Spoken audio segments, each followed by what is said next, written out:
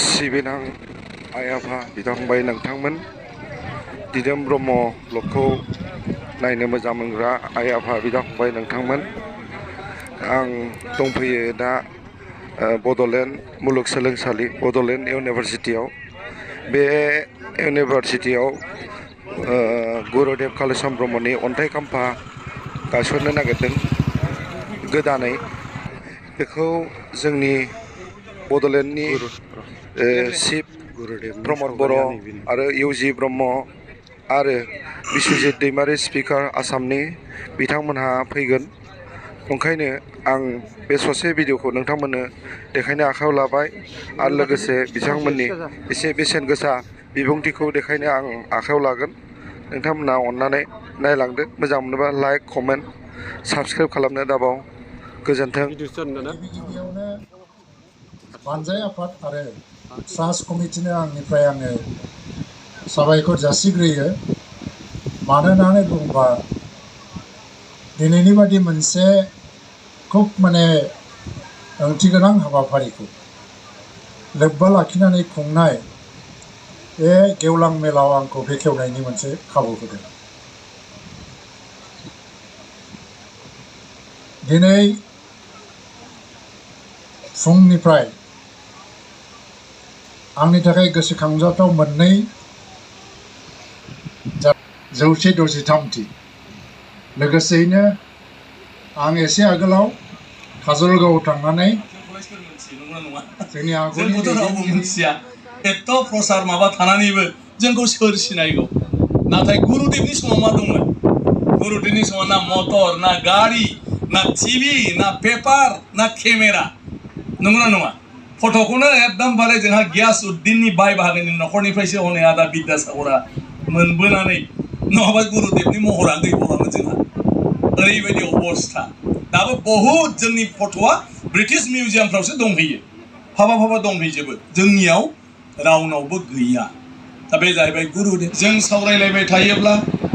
धोरोमनि बाथ्राखौ लानानै गावजों गाव मैया दाख्लैनि बाथ्रा बायदि मोनो नाथाय गुरुदेवा जोंनि गेजेरनिफ्राय गोमालांनाया 100 बोसोर जानोसै आरो गुरुदेवनि खामानि मावनाया दिनै 150 बोसोर सिगांनि बाथ्रा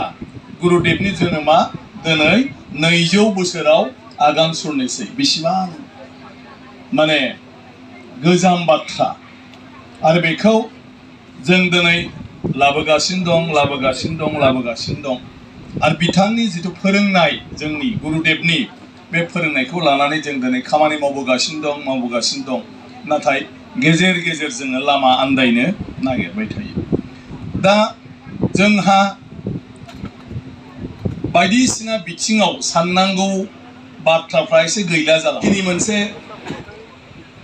उद्योग लानानै खामानि मावगासिनो दङ बियो जोबोद मोजां आरो बेखौ जुदि जों कन्टिनिउआस प्रसेसआव थांनो हायो फैगौ 10 बोसोरसोनि उनाव आं सानो जे जों आरो लामा आन्दायफिननाय नंला माब्लाबाबो नङाबा मालाबा जोङो 5 बोसोर 10 बोसोर खुब खस्थ' खालामनानै गासिबो खामानिखौ मावनो नागिरो इयुननि थाखाय जों गासिबखौबो रोखा लामा दिन्थिनानै दोनलांनो नागिरो इयुन जोलैनि थाखाय बियो सानाखिसै सब नागारबाय आरो नागारनायनि गेजेरावनो नागारनायनि थाखायनो जों दिनै समाजा परिबर्तन जाबाय बै समनि मानाव गेदेर रुपनाथ ब्रह्म बिथांमोननि जिथु अबदान बे जिथु शक्ति बे शक्तिया गुरुदेवनिफ्राय मोननाय शक्ति बे लेखाया गोरों सुबुं गुरुदेवनि बोसोन बिनि साननाय बेखौ लानानै बियो खामानि मावनो हादोंमोन राजनैतिक भाबै आरो बे समाव रुपनाथ ब्रह्म नङामोनब्ला जेब्ला भारतआ स्वाधीनता मोननानै संबिजिर दाबाय आरो बे संबिजिर दानायाव जों दिनै बर'फ्रा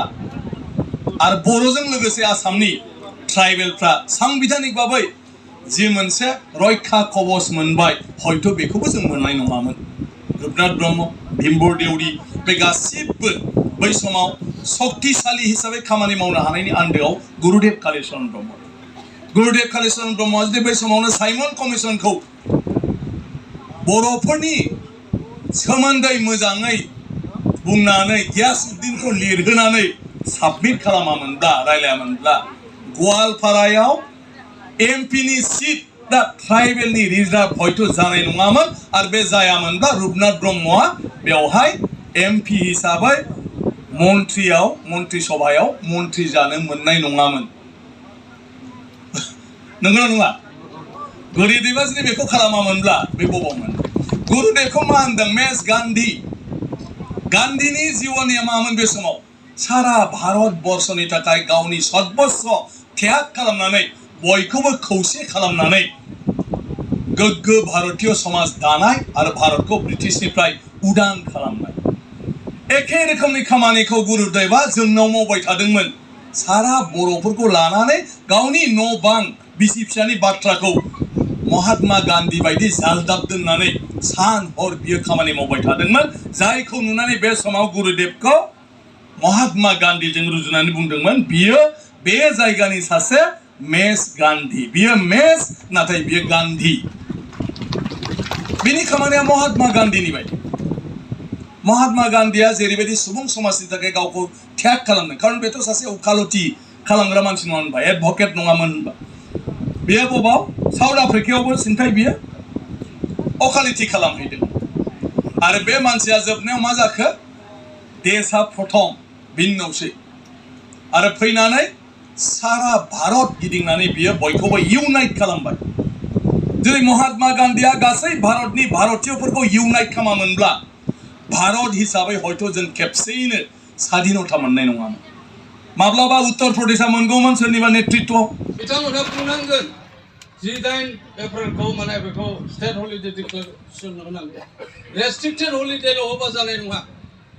जों बेखौ बुंनांगोन होमबासो इयुन जोलैया बेखौ मिथिगोन जे 8 एप्रिला माने गुरुदेव कालिचरण ब्रह्मनि जोनोम सान गोथार जोनोम सान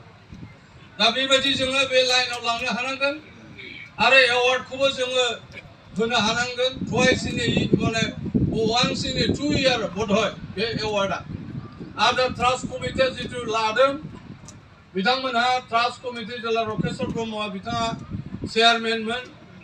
तखनो गुवाहाटी मुलुगसोलोंसालियाव बे एवार्डखौ होनायाव आंबो दंहैयोमोन आं माने मोजां मोनदों मा जे जोङो ब्रह्म धोरोमनि सायाव सानथौ सानस्रिनि सायाव खामानि मावनाय माखासे जितु सानथौ सानस्रि बेखौ गोजोर खालामनो थाखाय जोङो अराय नाजानांगौ जों जेखि धोरोमाव थाया मानो गुरुदेवनि खोथाखौ जों बुङो हारसाफ्रा गुरुदेवनि खोथाखौ मिथियो दाख्लैनि बावैसो सासे गथ'आ आंनाव सोंहरदोंमोन गुरुदेव कालिचरण ब्रह्मनि सायाव बिथाङा रिसार्च खालामनो नागिरदों आं बुंदों डक्टर अजित बर' आरो बेबायदि बिद्यासागर नार्जारि आरो नोंथांमोना काजिगाव थां टिपकायाव थां माखासे मानसि मोनगोन बेनिफ्राय गुरुदेवनि गासैबो बे माबाखौ नोंथांमोना मोननो हागोन दा बेबायदि गुबुन हारिया पलिटिकल मुभमेन्टआ जोंनि हारिनो दिनै बै गुरुदेवनिफ्राय जागायनानै दिनैसिम जोङो गोबां एचिभमेन्ट जोङो मोननो हादों नाथाय बे एचिभमेन्टफोरखौ प्रपार इउटिलाइज खालामनो हायाब्ला जोङो बेखौ मोननाय आरो मोनै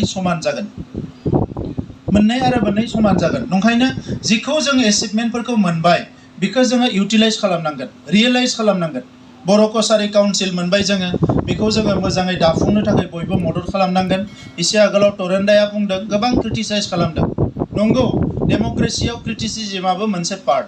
बेखौ लानानै जों जेबो साना जे क्रिटिसाइजखौ खालामनांगौ नाथाय मोनसे डिस्ट्राक्टिभ